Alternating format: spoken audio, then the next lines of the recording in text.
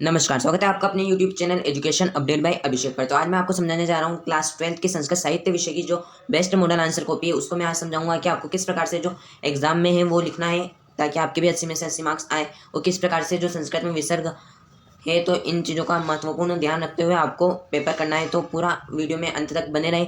यदि आपने चैनल को सब्सक्राइब नहीं किया है तो जल्दी से चैनल को सब्सक्राइब कर दें, साथ ही वीडियो को एक लाइक भी कर दें। चलते हैं वीडियो की तरफ। तो इस प्रकार से होती है आपकी माध्यमिक शिक्षा बोर्ड राजस्थान की कॉपी। फिर उसके बाद में आपको आपका रोल नंबर लिखना पड़ता है शब्दों व अंकों में। रोल नंबर लिखने के बाद फिर आपको सब्जेक्ट या माध्यम का सिलेक्ट करना होता है कि आप कौन से माध्यम में हैं। यदि आप अंग्रेजी माध्यम में तो आप अंग्रेजी माध्यम पर टिक करेंगे, यदि आप हिंदी माध्यम पे तो हिंदी माध्यम पर टिक करेंगे। फिर उसके बाद में आपको विषय लिखना है, परीक्षा का दिन लिखना है। तो इस प्रकार से आपको कॉपी में लिखना है। यहाँ आगे चलते हैं। तो आगे चलने पे आपको खंड लिखने पड़ेंगे। तो परीक्षा में आपको खंड दिए होते हैं, section number a, section number b. तो इस प्रकार से आपको जो खंड अ है वो दिया रहेगा, तो आपको खंड वाइज लिखना है। आपको खंड जरूर डालना है, खंड अ। जैसे आपने खंड अ डाला फिर उसके नीचे अंडरलाइन कर दें, साथ ही में आप ब्लैक पेन का भी यूज़ कर सकते हैं। फिर उसके बाद में आपने क्वेश्चन डाल दिया, क्वेश्चन नंबर डाल दिया, फिर आपको आंसर लिखने। तो आंसर में आप डायरेक्टली ब लिख देंगे तब भी आपका आंसर सही माना जाएगा, या आप पूरा ब लिख के जो मेन आंसर है अमृतम तो आप ये लिखेंगे तब भी जो आपका आंसर है वो सही माना जाएगा। या फिर आप एक और तरीका जिससे आप ये वस्तुनिष्ठ प्रश्न कर सकते हैं, आप ये इस प्रकार से जो सारणी है वो बना लें। फिर उसके बाद में ये क्वेश्चन है पहला, इसमें है ब आंसर। तो इस प्रकार से आप जो ये आंसर है ये कर सकते हैं, यानी कि आपको खंड डालते हुए चलना है। जैसे आपके ये 12 क्वेश्चन हो गए हैं ना, तो 12 क्वेश्चन होने के बाद फिर आपको अंडरलाइन कर देनी है। फिर उसके बाद में जो क वाला क्वेश्चन है वो आ जाता है आपके। तो फिर उसके बाद में इनको करने के बाद भी आपको अंडरलाइन करनी है। फिर ख वाला पूरा हो जाता है तो फिर ख वालों को भी आपको अंडरलाइन करनी है। तो इस प्रकार से आपको क्वेश्चन पेपर करना है।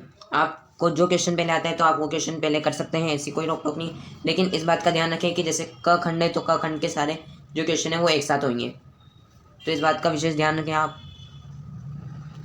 और जो ये क्वेश्चन है उपनिषद, और ये तो जो ये रेगिस्तान है तो रेगिस्तान में आप डायरेक्टली आंसर भी लिख सकते हैं। इस प्रकार से आपको ऐसा नहीं है कि पूरा प्रश्न लिखना है, तो आप डायरेक्ट आंसर भी लिख सकते हैं।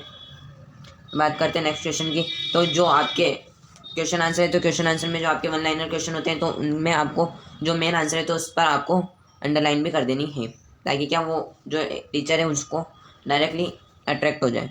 फिर उसके बाद में चलते हैं नेक्स्ट में। तो इस प्रकार से आपको ये क्वेश्चंस जो है ये करने हैं, यानी कि आपको एक एक क्वेश्चन करने के बाद आपको जो अंडरलाइन है वो खींचते हुए चलना है। फिर आपके अलंकार आ जाते हैं। फिर उसके बाद में अन्वयी, तो आपको इस प्रकार से करना है। फिर संधि विच्छेद,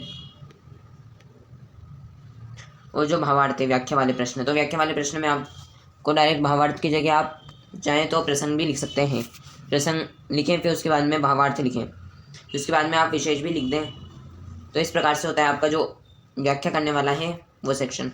तो आपने प्रसंग में क्या लिखेंगे, तो प्रसंग में लिखेंगे आप प्रस्तुत पद्यांश हमारी पाठ्य पुस्तक शाश्वती के सुक्ति सुधा पाठ से लिया गया है।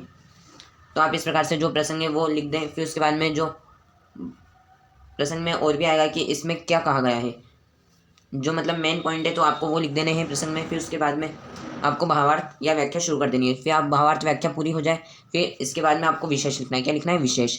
विशेष लिखना बहुत इंपॉर्टेंट है। विशेष से क्या है कि आपको जो ज़्यादा मार्क्स है वो मिलने की संभावना होती है, यानी कि बीच में आपने थोड़ा बहुत गड़बड़ भी कर दिया तब भी आपके जो व्याख्या है इसमें एक भी नंबर नहीं कटेगा विशेष लिखने पर। क्योंकि जैसे आपने हिंदी में देखा है तो हिंदी में भी विशेष होता है, तो उसी प्रकार से जो संस्कृत है तो संस्कृत में भी विशेष होता है। यानी कि पहले पॉइंट में आपके लिखेंगे, पहले पॉइंट में आप लिखेंगे कि इसमें अलंकारों का सुंदर प्रयोग किया है। दूसरे में आप लिख सकते हैं कि इसकी भाषा सरल व सहज है। और तीसरे विशेष में आप लिख सकते हैं जो इस व्याख्या से संबंधित जो इंपॉर्टेंट लाइन आपको लग रही हो तो वो आप लाइन लिख सकते हैं। तो इस प्रकार से आप विशेष जरूर लिखें। तो इस प्रकार से हो जाता है आपका व्याख्या वाला क्वेश्चन। फिर व्याख्या वाले के बाद फिर आप इस प्रकार से लिख सकते हैं।